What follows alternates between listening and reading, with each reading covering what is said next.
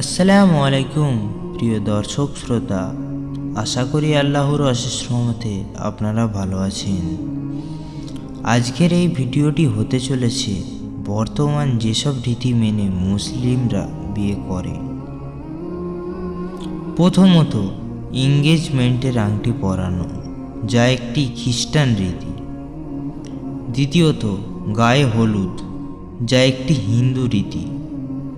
তৃতীয়ত, যৌতুক হারাম, মানুষ বলে সামাজিক রীতি। চতুর্থ, ঝাঁকজমক লাইটিং, লোক দেখানো রীতি। পঞ্চম, 200 থেকে 300 লোক নিয়ে বরযাত্রা, শ্বশুরবাড়ির উপর জুলুম রীতি। ষষ্ঠ, বিশাল অঙ্কের মহারানা ধরা হয়, কিন্তু অন্তরে পরিশোধের নিয়ত নাই, মুনাফিকি রীতি। আপনার বিবেকের কাছে প্রশ্ন করুন তো, আপনার বিয়ের গোসল অন্যদের দিয়ে করাতে হবে কেন? আপনি কি মরে গিয়েছেন? গোসলের পর মেয়েকে কোলে করে আনতে হবে কেন? তার কি পা নেই?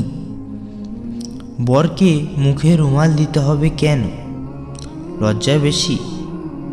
পুরুষ হয়ে এতই লজ্জা? আপনাকে বিয়ে করতে কে বলেছে? বরকে হাত ধোয়াতে হবে কেন? সে নিজে হাত ধুয়ে কখনো খায়নি, নাকি তার হাতে প্যারালাইজড হয়েছে? মানুষকে দাওয়াত করে টাকা নেন কেন? এতই অভাব বেশি? তাহলে এই আয়োজনটা করতে কে বলেছে আপনাকে? ছেলেকে এই দিতে হবে সেই দিতে হবে কেন? আরে তোমার ছেলে বউ পালতে পারে না, বিয়ে করাইতেছেন কেন? নাকি ছেলে বিক্রি করছেন?